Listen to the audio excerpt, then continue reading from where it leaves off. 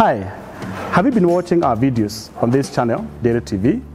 We hope that they have been informative and resourceful. If you haven't subscribed, this is a good time to hit the subscribe button so that you can get more and more of this lesson. In this week's episode, we are going to be discussing performance management in a dairy farm. To discuss this subject, we will use a tool called KPI, in full, Key Performance Indicators. Maybe you ever worked in a job where you are required to meet certain targets. KPI is a very popular word outside of dairy, where a staff or an employee is given a set of targets and they are supposed to be checked through indicators to show that they have been able to reach this target. In a dairy farm, we have KPIs as well. Now, it is very difficult to know how a farm is performing by just looking at it or at the cows, at the workers, at the books with your own eyes. Unless things are so bad, the cows look so bad, or you can be able to see quite obviously that the farm is not managed well. But in an average farm, or a farm that is being managed above average, you need to look a little harder to be able to know how the farm is performing. This is why, for every farm, key performance indicators are recommended. To be able to know whether the farm is reaching its targets, then you have to put a number against every KPI. So which are these areas where we put a number? In a farm, we can look at, right from the beginning, the calves or the young stock. Put some numbers around them. We are going to be looking at what numbers are around the calves. Then two, breeding. What kind of numbers are going to guide us on our performance in breeding? The distribution of the herd, how they are categorized. How many of these lactating cows do we have? How many dry? How many young stock? How many newborns? And so on. We can also put a KPI on the distribution of the herd. Then milk production, it's also a KPI. We can put a number. And then fodder production, very important. We can also put a number. In an earlier episode, we said that if the fodder production part, which is an enterprise on its own that is very connected to the dairy, if there's a lot of inefficiency in the fodder production and the KPIs are not met, then it's likely that that inefficiency is transferred to the dairy farm and the farm can make a loss. So it's very important that all the sections of the farm numbers are put. That helps all the workers to be able to understand what they're supposed to do so that the farm can perform optimally. And what do we do with the KPIs? The first thing is to set them. It is very important that the owner of the farm sits down with all the workers, the manager, the supervisor, and if possible, also include the consultants, the economic advisor or the accountant, the vet, the agronomist, the full-time workers who are working at the barn, the supervisor, and the owners of the farm or shareholders. They sit together and agree. This is how our farm, this is where our farm is. What is the next level for our farm? So that next level must be quantified through numbers in every functional area of the dairy farm. Let's delve a little more into the numbers. And we start with the young stock. The calves have been born. Start from there. The first KPI would be what is going to be the weight gain for these calves. If my calf is going to be a Friesian, because this is a breed I want to have in my farm, then I'm able to know the adult weight of that breed. At about the second, third calving, a Holstein Friesian will be around 600 kgs. That is the adult weight. Then I want my calf to be able to reach a certain weight at insemination. So we want the calf to be able to reach 350 to 360 kgs at the time I'm inseminating that calf. And that should be at around 15, 16 months, or even sometimes 14 months, depending on the feeding and the development of that calf. So to be able to achieve that age, to be able to achieve that weight at that age, then it means right from birth, to be able to know the KPI, you have to weigh that calf. Take in the birth weight. I have seen that most of these farms where Friesians are being reared, a calf will be born at about between 38, 40 kgs, or sometimes 35 kgs. That weight in itself is not a very important KPI because the weight at birth will depend on the breed. But that weight helps us to know how it becomes the baseline on how we shall be calculating the weight gain of that calf. So very important that the first weight is taken to be able to guide us further into the growth of the calf. Then from there, we want to be weighing this calf every 2 weeks up to the time the calf is weaned. From there, we can begin to weigh every month. Now the question is, why do we actually weigh the calf every 2 weeks at the beginning? The reason is we are able to make a correction on any feeding problems as early or as promptly as possible. If we wait for too long for young stock, then we have lost so much time to be able to correct an error in feeding or in the management of the calf. So we fast with a fortnight weighing until the calf is big enough at weaning, then we can be able to go on with a monthly weighing. Then when we weigh, it is not weighing for the weighing's sake. We are writing the amount of kgs that the calf weighs. We are subtracting from last month's weight and we are dividing by 30 days. The number of grams that we get per day, we are now measuring ourselves against that. So we said that this calf is born at 40 kgs. We want her to be 360 kgs at the time of insemination. Then how fast should she grow to be able to achieve that? For Frisians, it will be around between 700 grams and 800 grams. So the question is, are we attaining 700 grams or 800 grams? If not, what are we attaining? If your farm is doing 500, then you can be able to say, I'm attaining 500 out of 700. Maybe I'm achieving 60% of my target. Then you can sit with the manager and say, what do we need to do for us to be able to get to 100% achievement of daily weight gain because we are at 60%. That's a very beautiful way of managing performance. Your workers are going to be very motivated. They are going to be able to say, I was at 60, I'm at 70, I'm at 80. And they're able to say that the reason why we have achieved this is because we have changed the diet of the calf. So that KPI alone helps you to correct an error in feeding and attain the right weight. So the next indicator in calves is about weaning. She is born at 40 kgs. We want to wean her at double the birth weight. So that is going to be 80 kgs. So if she's not 80 kgs, she's not ready for weaning. We'll have weaned a bit early, and that is not good. So we have to be able to ensure that we have the proper weight gain, that at the time of weaning, she has reached 80. And from there onwards, we monitor the weight to ensure that we have 60% of the adult weight by the time of insemination. Those are the most fundamental KPIs in the young stock area. It is important to mention that some farms would like to do more KPIs, like how many calves die in the farm, how many calves are born stillbirth, how many calves have certain diseases, and so on. It's always good to add the KPIs when you have been able to deal with the basic ones. Then you can introduce more KPIs in every department. But for now, those are the most fundamental KPIs in the young stock. We are going to take a break, and after the break, we are going to be looking at what are the other KPIs in the other functional areas. See you after the break.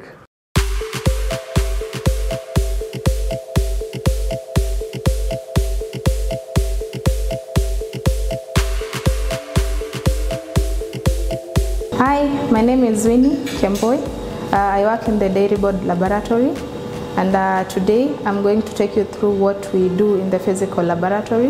When it comes to the physical test, what we are able to do is basically to look at the intrinsic factors of the milk, the quality of the products that is in the market. We want to check for issues to do with acidity, if there was any post-contamination after processing or production of the milk. We want to check for that. We also want to look if there's any adulteration in milk using water or solids or even preservatives where need be. So once we do this test, we compile the test results with the ones received from microbiology, chemical, laboratory, for us to be able to issue a certificate of analysis to the client. The other key element that we look at in the testing that we do is just to compare if the nutritional elements that have been highlighted in the packet of some of the products is actually meeting what is inside. For example, for calcium, it is indicated here is 106 milligrams. So we do test to confirm if indeed this is what has been demonstrated there. And we do all this for the range of dairy products that we have across the different value chains. Find out more what Dairy Board does on the market to guarantee the safety of the products by subscribing to this channel on Matters Dairy.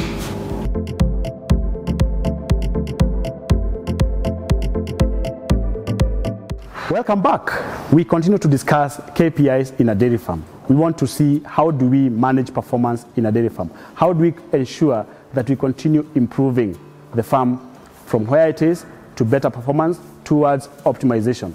There are other areas where KPIs are also set, and it is good to know that KPIs are actually interconnected. They are not separated. When you do a KPI on young stock and your calf grows in good speed, you have already begun to achieve your targets in future breeding of that calf. You have begun to achieve your targets in the milking or the milk production potential of that cow. So they are all interconnected. We may discuss them separately, but you see that one works with the other very well. So the next section is breeding. Breeding is a very important aspect. Actually, when you go to a farm, one of the leading reasons why cows are culled or selected out of the farm is breeding. Because if they cannot give us a heat, they cannot give us a calf, then they cannot give us a lactation, and they take too long being open, and therefore we lose value from that cow. So breeding is very important. So back to the young stock, who has now become a heifer. We have inseminated her at 350, 360 kgs if she's a Friesian. Remember that I am using Friesian because the farm where I'm standing, this is the kind of cows they have. In other farms, there could be other breeds which are lighter. Maybe a farm has Jersey with an adult weight of maybe 360. Then in that case, you have to work out the weaning, the insemination weight based on the adult weight of that breed. So we cannot generalize the weights because it varies with the breeds. So to be able to inseminate at 15 months means that if she conceives, then we have another KPI to be able to get the first-born calf at 24 months. Very important. We could maybe allow 1 or 2 months if there was some delay along the way, but it's always good to aim for the best and give a firstborn at 24 months. Then from there, we are expecting that cow, which has just given birth, in another 40 days to show us the first heat. That shows that we have been able to feed that cow very well, that she's coming on heat only 10 days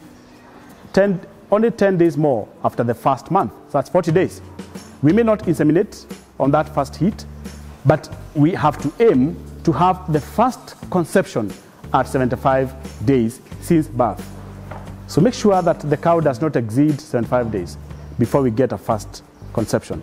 Then the cow is now pregnant and the calf is growing, and we can aim to have another calf in about a year. If your farm, for example, out of the baseline, you have been doing about 450 days between one calf and the other, it means that we have a long calving interval. We want to benchmark ourselves with 1 year to have a calf every 360 days. So you can also be able to calculate how are you able to achieve at the right calving interval. Some farms would even have a cow that has not given birth for 500 days or even more. Those are good reasons to actually check that cow, and if the problem cannot be rectified, then that cow is reducing the performance of the farm at the overall level.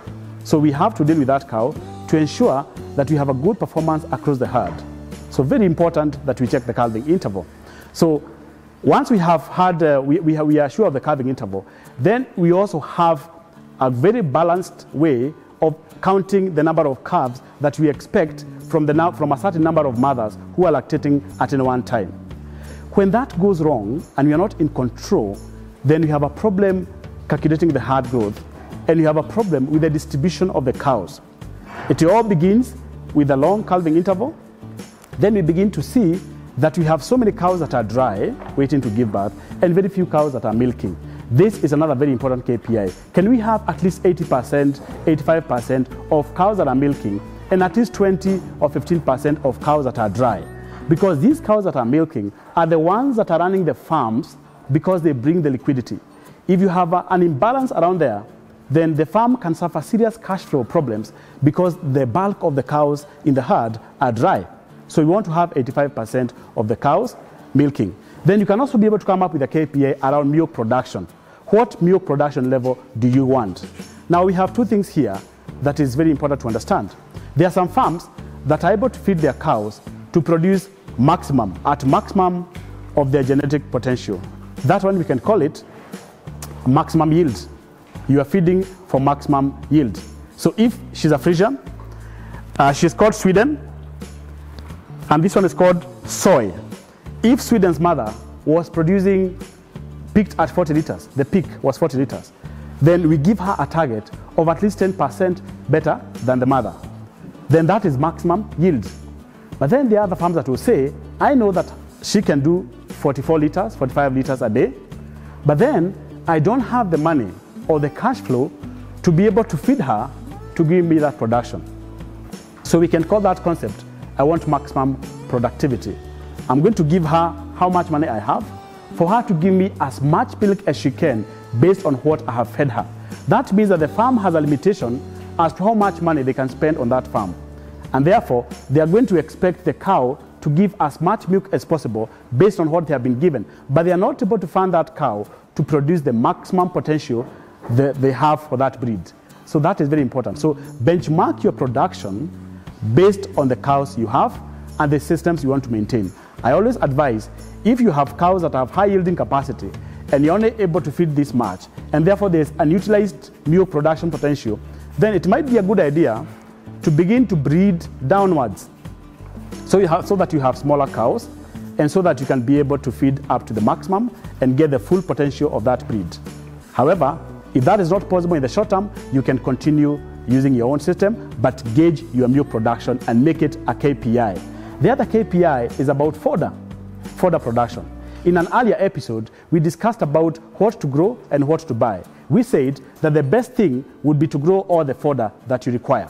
However, we also said it's a reality that not all farms are able to grow all the fodder they need, and sometimes they have to buy. Now, for the component that you grow, it is good to benchmark yourself. How much must an acre produce? If an acre of maize silage, for those countries that use acres, others use hectares, in this case we use acres, it is possible to produce 15,000 kgs in an acre. Then don't settle for 8,000. So your KPI becomes, we have to produce 15,000 kgs of maize silage in 1 acre. Then if you're producing 10, you are achieving only about 2/3 of the total potential production of that acre. What do you do? Is it to work on the soil, work on fertilizer? But you have to aim for the best. Once you do optimal production of fodder, then of course we have a chance to make the dairy perform optimally. So I think that is very, very important, that we can be able to look at all KPIs interconnected. But one more important indicator is the health of the cows. This KPI must be maintained very strictly because it gives us an indication of, are we letting the cows get sick too much? For example, mastitis. How many mastitis cases should we have?